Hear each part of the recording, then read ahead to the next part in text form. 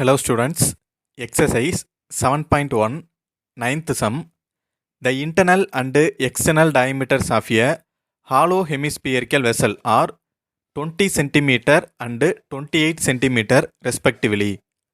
ஒரு hollow hemispherical vesselோட internal diameter 20 cm நோ external diameter 28 cm நோ கொடுத்துருக்காங்க. கொடுத்துட்டு find the cost to paint the vessel all over at 0.14 rupees per centimeter square.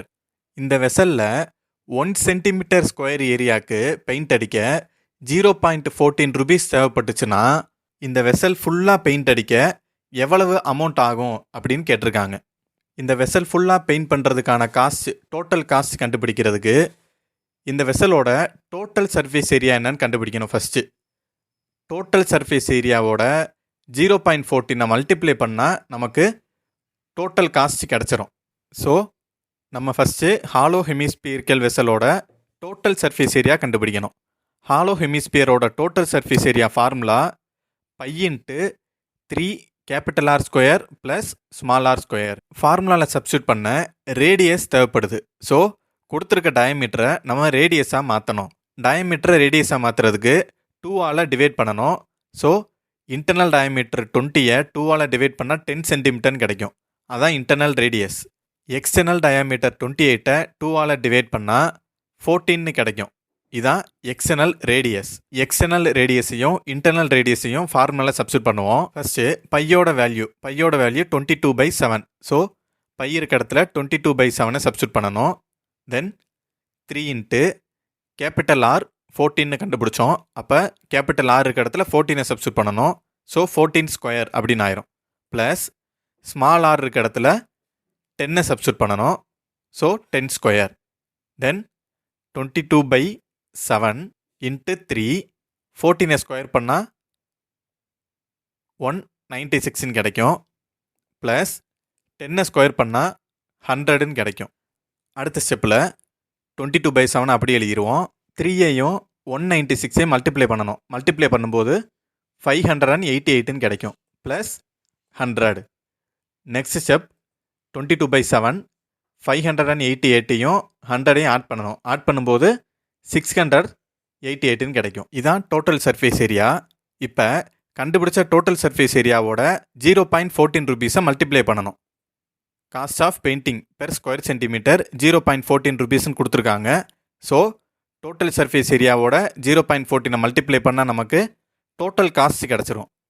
Total cost of painting equal to total surface area 22/7 × 688ன்னு கண்டுபிடிச்சோம். So அதை எழுதிடுவோம். Into cost of painting per square centimetre 0.14. இந்த total surface ஏரியாவோட 0.14 multiply பண்ணணும். 7ஐயும் 0.14ஐயும் cancel பண்ணலாம். 1/7 is 7. 0.02 × 7 equal to 0.14. இப்போ நியூமரேட்டரில் இருக்கிறது எல்லாத்தையும் மல்டிப்ளை பண்ணணும். 22 × 688 × 0.02. இது மூணையும் மல்டிப்ளை பண்ணும்போது 302.72 ருபீஸ்ன்னு கிடைக்கும்.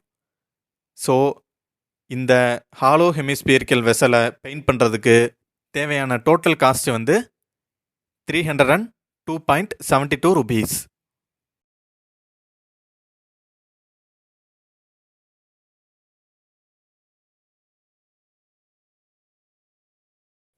Tenth sum. The frustum-shaped outer portion of a table lamp has to be painted, including the top part. ஒரு ஃப்ரெஸ்டம் ஷேப்பில் இருக்க டேபிள் லேம்புக்கு பெயிண்ட் பண்ணணும் அப்படின்னு சொல்கிறாங்க. அவுட்டர் போர்ஷனுக்கும் டாப்பில் இருக்க சர்க்கிள் போர்ஷனுக்கும் சேர்த்து பெயிண்ட் பண்ணணும் அப்படின்னு சொல்கிறாங்க. Find the total cost of painting the lamp if the cost of painting 1 square centimetre is 2 rupees. ஒரு ஸ்கொயர் சென்டிமீட்டருக்கு 2 ருபீஸ் தேவைப்பட்டுச்சுன்னா இந்த டேபிள் லேம்பில் இருக்க அவுட்டர் போர்ஷனுக்கும் டாப்பில் இருக்க சர்க்கிள் போர்ஷனுக்கும் பெயிண்ட் பண்ண எவ்வளவு காஸ்ட் ஆகும் அப்படின்னு கேட்டிருக்காங்க. இந்த டேபிள் லேம்புக்கு பெயிண்ட் பண்ண தேவையான டோட்டல் காஸ்ட் கண்டுபிடிக்கிறதுக்கு ஃபஸ்ட்டு பெயிண்ட் பண்ண தேவையான ஏரியாவை கண்டுபிடிக்கணும். எந்தெந்த ஏரியாவுக்கு பெயிண்ட் பண்ணணும்? இந்த ஃப்ரெஸ்டமில் சுற்றி இருக்க அவுட்டர் போர்ஷன், அந்த அவுட்டர் போர்ஷனை நம்ம CSA அப்படின்னு சொல்லுவோம். தென் டாப்பில் இருக்க பார்ட் சர்க்கிளாக இருக்குது. ஸோ சர்க்கிளோட ஏரியா ஃபார்முலா தெரியணும், πr ஸ்கொயர். ஸோ நம்ம கண்டுபிடிக்க வேண்டிய area CSC of frustum plus πr square. கண்டுபிடிச்ச ஏரியாவோட 2 மல்டிப்ளை பண்ணிட்டா நமக்கு டோட்டல் காஸ்ட் ஆஃப் பெயிண்டிங் கிடச்சிரும். இதான் நம்ம கண்டுபிடிக்க வேண்டியது. இந்த டேபிள் லேம்புக்கு கொடுத்துருக்க டேட்டாஸ் எழுதிக்கிறோம்.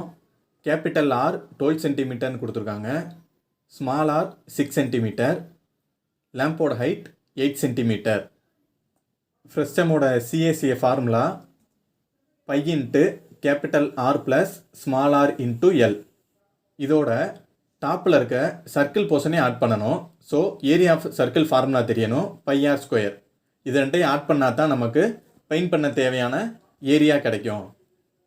கிவனில் capital R small R H கொடுத்துட்டாங்க, ஆனால் எல்லு கொடுக்கல. எல்லுன்றது ஃப்ரெஸ்டமோட ஸ்லாண்ட் ஹைட். கொடுத்துருக்க கிவனை வச்சு நம்ம ஸ்லாண்ட் ஹைட் கண்டுபிடிச்சிடலாம். ஸ்லாண்ட் ஹைட்டுக்கான formula L equal to root of H square plus capital R minus small R the whole square.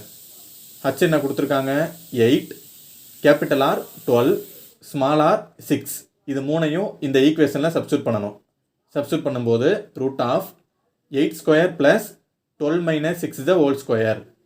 அடுத்த ஸ்டெப்பில் ரூட் ஆஃப் 8 ஸ்கொயர்னு போட்டு 12 6 போச்சுன்னா 6ன்னு கிடைக்கும். So root of 8 square plus 6 square. 8 square பண்ணால் 64, 6 ஸ்கொயர் பண்ணால் 36. அடுத்த ஸ்டெப்பில் ரெண்டையும் ஆட் பண்ணி எழுதணும். 64ஐயும் 36ஐயும் ஆட் பண்ணும்போது 100.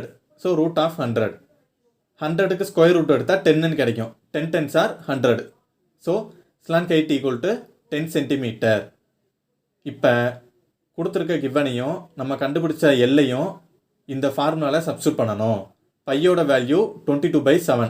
ஸோ பை இருக்க இடத்துல 22/7 சப்ஸ்டியூட் பண்ணியிருக்கேன். கேபிட்டல் ஆர் 12, அப்போ 12 plus small R 6. 6 slant height என்ன கண்டுபிடிச்சோம் 10. அப்போ எல் இருக்க இடத்துல 10 ப்ளஸ் பை இருக்க இடத்துல 22/7, ஸ்மால் ஆர் இருக்க இடத்துல 6. 6 ஸ்கொயர், ஏன்னா பவரில் ஸ்கொயர் இருக்குது, அதை மறந்துடாதீங்க. இப்போ 22/7 ரெண்டு டைம்லையுமே இருக்குது. அப்போ இந்த 22/7 காமனாக வெளியே எடுத்துடலாம்.